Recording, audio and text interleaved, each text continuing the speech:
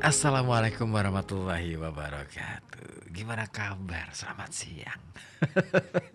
Jadi lemes ya? Iya, bawaannya jadi lemes nih gara-gara lagu awalnya udah My Heart Will Go On ya. Berasa inget lagi inget ini nggak naik kapal gitu ya, perahu lah ya. Naik gata gitu ya. Kalau orang Jawa bilang ya. Wah, My Heart Will Go On. Satu lagu yang sangat fenomenal pada waktunya ya, dibawakan oleh Celine Dion sebagai soundtrack dari film Titanic. Ya, film Titanic ini diambil dari kisah tenggelamnya kapal Titanic ya. Dan ini menjadi bukti sejarah bahwa apa ya, sedahsyat apapun teknologi yang dimiliki oleh manusia, nggak bisa melawan yang namanya alam. Wah, ya film ini sangat populer pada waktu itu dan saya nonton 2 kali. Anda nonton berapa kali Titanic? Iya, saya nonton 2 kali. Sama yang pertama sama pacar saya, yang kedua sama pacar yang pokoknya itu film yang dahsyat deh ya. Nah, film ini diproduksi atau rilis pada tahun 1997, dan ini sebuah film epic, romantis banget, ya, dan ini menceritakan tentang bencana Amerika Serikat ya, bencana tentang kapal Titanic. Nah, diskenarioi sekaligus disutradari oleh James Cameron, dan film ini bercerita tentang kisah cinta antara Jack dan Rose yang diperankan oleh Leonardo DiCaprio dan Kate Winslet. Wow, dua bintang ini pada waktu itu ya di film itu benar-benar saya jadi apa ya, inget banget deh adegan mereka. Keren banget ya, mereka berasa nyatu banget sih, ya nggak sih, berasa seperti beneran kekasih gitu ya. Nah, dan film Titanic ini berasal dari status ini ya. Jadi di antara kedua tokoh ini ya, Jack dan Rose ini punya status yang berbeda ceritanya. Naik di atas kapal yang sama, RMS Titanic, yang tenggelam dalam pelayaran perdananya pada tanggal 15 April 1912. Wow, sebentar lagi nih ya diperingati ya. Berarti kalau 1912 sekarang berapa tahun? Yuk dihitung yuk. Dihitung dulu. Dihitung dulu. 1912. Aha, yuk dihitung. 2025 ya. 2025 dikurangi 1912. Oke. 2025 kurangi 1912. Berarti 113 tahun tenggelamnya kapal Titanic. Wow, lama banget ya. Dan inspirasi Cameron ini dalam membuat film ini didasarkan pada daya tariknya terhadap bangkai kapal RMS Titanic ya, dan dia ingin menyampaikan pesan emosional tentang tragedi itu dan berpikir bahwa kisah cinta yang diselingi dengan tragedi kematian penting untuk menciptakan pesan tersebut. Ya, produksi film ini dimulai pada tahun 1995. Ya, jadi diproduksi selama 2 tahun ya. Sebuah rekonstruksi ya, jadi dimulai dari sebuah rekonstruksi kapal Titanic yang dibangun di Playas de Rosarito, Baja California ya. Kemudian model skala dan tekniknya dengan menggunakan teknik computer generated imagery atau CGI. Ini juga digunakan untuk menggambarkan detik-detik tenggelamnya kapal Titanic. Nah, film ini didanai oleh Paramount Pictures dan 20th Century Fox. Dan pada saat itu merupakan film termahal yang pernah dibuat dengan anggaran diperkirakan sampai berapa coba? 200 juta dolar Amerika Serikat. Wow. Ya, dan Titanic ini meraih 14 nominasi dalam ajang Academy Award tahun 1998 dan berhasil memenangkan 11 diantaranya, termasuk film terbaik dan sutradara terbaik.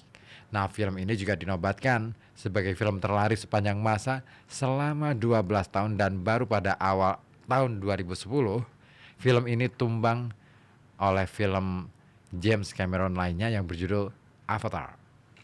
Nah, kata mutiara terkenal yang disebarkan oleh film ini adalah "Nothing on earth could come between them". Nah, kalau terjemahan dalam bahasa Indonesianya, tiada sesuatu pun di bumi yang sanggup memisahkan mereka.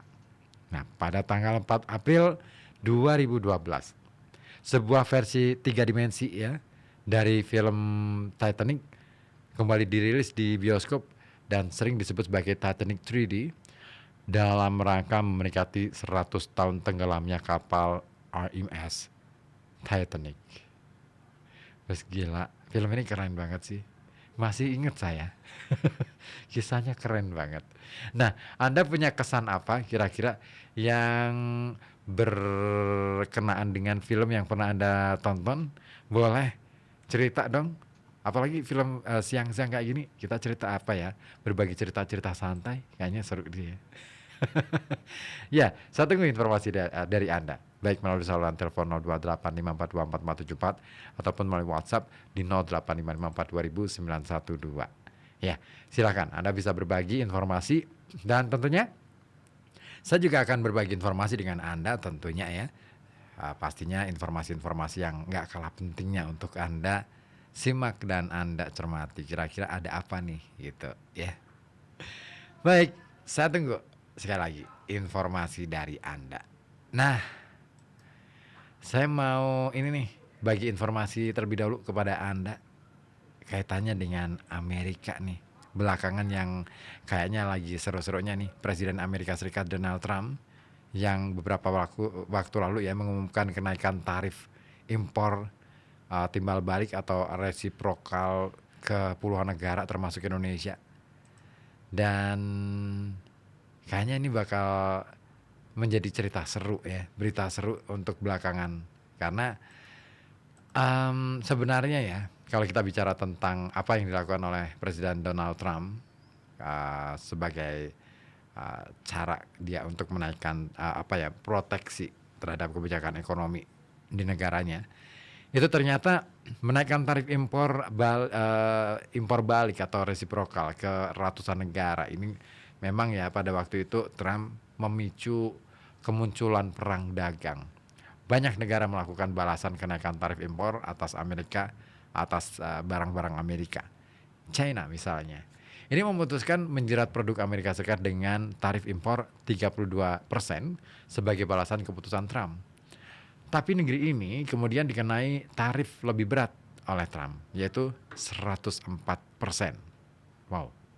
Nah, sebenarnya sejarah ini mencatat perang dagang ini selalu dilakukan suatu negara sebagai bentuk penguatan proses perdagangan atau proteksionisme terhadap negara lain.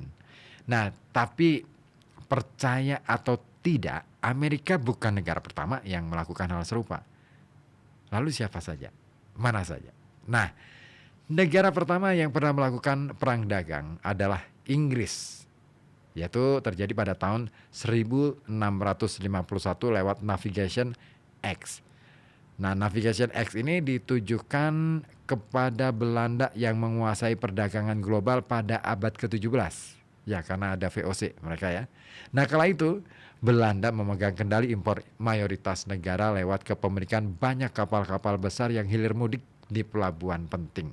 Nah, belum lagi mereka juga menguasai wilayah penghasilan rempah-rempah yang kini dikenal sebagai negara Indonesia. Nah, semua itu membuat Belanda sukses mendulang keuntungan besar. Sedangkan Inggris ini harus terpaksa nih gigit jari. Nah, kapal berbendera Inggris pada saat itu di abad ke-17 ya, kalah saing sama kapal Belanda. Barang-barang impor Inggris juga dibawa ke negeri kincir angin. Nah, beranjak dari permasalahan itu, akhirnya kerajaan Inggris mengeluarkan yang namanya Navigation Acts atau Undang-Undang Navigasi. Nah, lewat aturan itu kawan, kapal asing dilarang mengangkut barang dari berbagai wilayah ke Inggris dan negara koloninya. Hanya kapal Inggris yang boleh mengangkut semua barang tersebut. Dan Inggris mengizinkan kapal asing datang asalkan nahoda dan mayoritas awak kapalnya adalah warga negara Inggris. Nah, kayaknya ini seru nih. Inggris dan Belanda memang pada waktu itu lagi apa ya, nggak akur-akurnya, sama dengan Spanyol dan Portugis pada waktu itu, sama-sama mengklaim kepemilikan pulau, terus kemudian apa nih saling memblok ya, membuat blok untuk jalur pelayaran dan lain sebagainya. Nah, nah ini kawan, jika melanggar ya ada kapal-kapal asing ya, maka kapal asing ini bakal disita sama Inggris. Meski ditulis kapal asing, sasaran utama dari aturan itu sebenarnya bukan kapal, tidak semua kapal ya, tapi sasarannya lebih kepada kapal Belanda. Ya, Navigation Acts 1651 dirancang Inggris untuk melawan dominasi perdagangan Belanda. Itu yang dicatat dalam buku Capitalism and the Sea, terbit pada tahun 2021.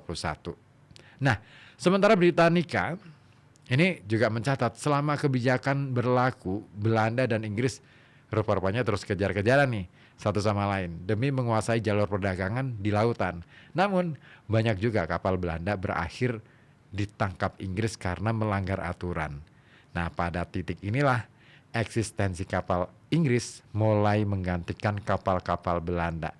Hanya saja kedudukannya tidak menggantikan. Nah, Belanda tetap nomor satu dalam perdagangan global, apalagi negeri kincir angin ini juga tetap menguasai perdagangan rempah-rempah di dunia kala itu. Nah, ketegangan kedua negara akhirnya memuncak pada tahun 1652. Dari semula hanya perang dagang, akhirnya sampai terjadilah perang senjata terbuka. Wah, ya dulu kalau kita sempat lihat film ya, antara tentara Inggris dan Belanda pada itu ya emang nggak akur ya. Dan ini terjadi karena armada Inggris menyerang kapal-kapal Belanda yang melanggar aturan. Jadi tidak tinggal diam, akhirnya Belanda juga mengirim armadanya dalam jumlah besar. Konflik terbuka tidak bisa dihindari. Inggris dan Belanda akhirnya berperang demi menancapkan pengaruh dan memperebutkan jalur pelayaran mereka. Dan sejarah mencatat peristiwa ini sebagai Perang Inggris-Belanda pertama atau Anglo-Dutch War yang disebabkan oleh perang dagang pertama di dunia. Wow, ngeri ya. Kalau sudah perang dagang, efeknya bisa sampai perang senjata. Nah, semoga aja, saya nggak tahu ya, apakah yang dilakukan oleh Donald Trump akan berimbas sampai ke sana. I don't know. Tapi kita sama-sama berharap ya semoga aja nggak ada terjadi yang nggak lah ya. Iya dong. Nanti soalnya kalau misalkan terjadi perang dunia nih ya, seperti yang diramal-ramalkan, yang digadang-gadang bahkan ya, ini efeknya bisa kemana-mana. Indonesia juga menjadi salah satu negara yang bakal kena dampaknya juga. Ya nggak sih? Kira-kira kalau misalkan ada perang dunia ketiga, kita mau lari kemana? Menyelamatin kemana? Semua tempat sudah teridentifikasi lewat Google Map lo ya. Iya kan? Nggak sadar kan kita. Oke deh. Saya masih akan bersama Anda di kesempatan siang hari ini ya. Nah, yang mau berbagi boleh bisa melalui saluran telepon 0855424474 ataupun melalui WhatsApp di 0855420912. Ditunggu pokoknya informasi-informasi terbaru dari Anda ya, yang mungkin ada kegiatan apa di sekitar Anda, ada kejadian apa, atau mungkin ada keluh kesah seputar layanan publik, juga boleh diinformasikan di sini ya. Ya dong, telepon atau WA. Oke deh, saya mau ke Inggris dulu deh.